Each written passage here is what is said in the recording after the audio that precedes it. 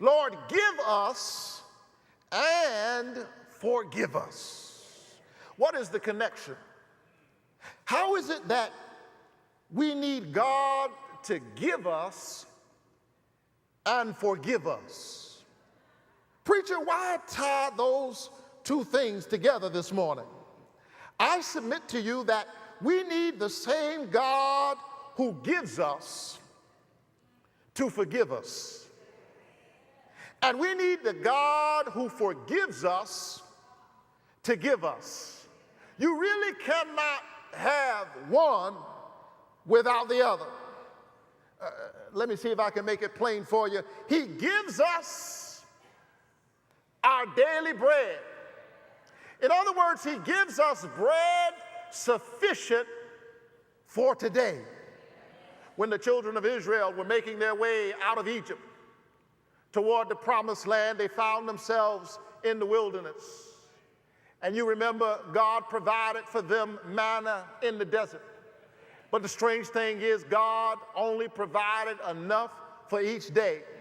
Matter of fact, he said if you hoard too much of it, it will spoil by tomorrow morning. But you ought to just get enough for today. And you remember there were those who were anxious about their living. They wanted to go back to Egypt, where the flesh pots were boiling.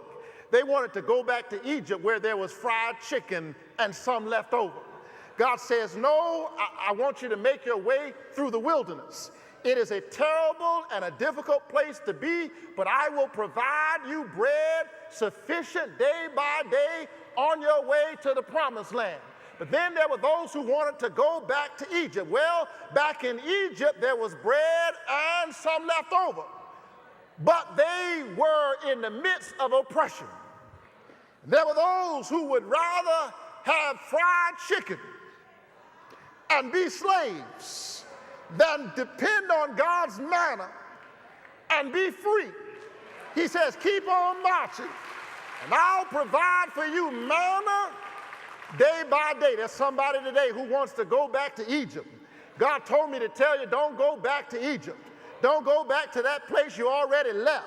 Don't go back to that place where you've already been stuck. I know it's a certain thing. I know you know what's there, but guess what? It's still Egypt. You'll have to walk like a slave and talk like a slave and be a slave.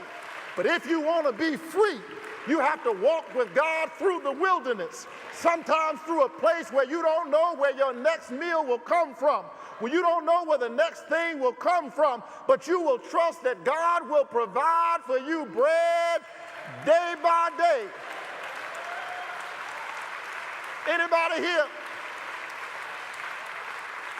Anybody here ever had to start walking and you didn't know how you were going to get where you were going? In fact, you didn't even know your final destination, but you had to say to yourself, I don't know where I'm going, but I'm getting out of here.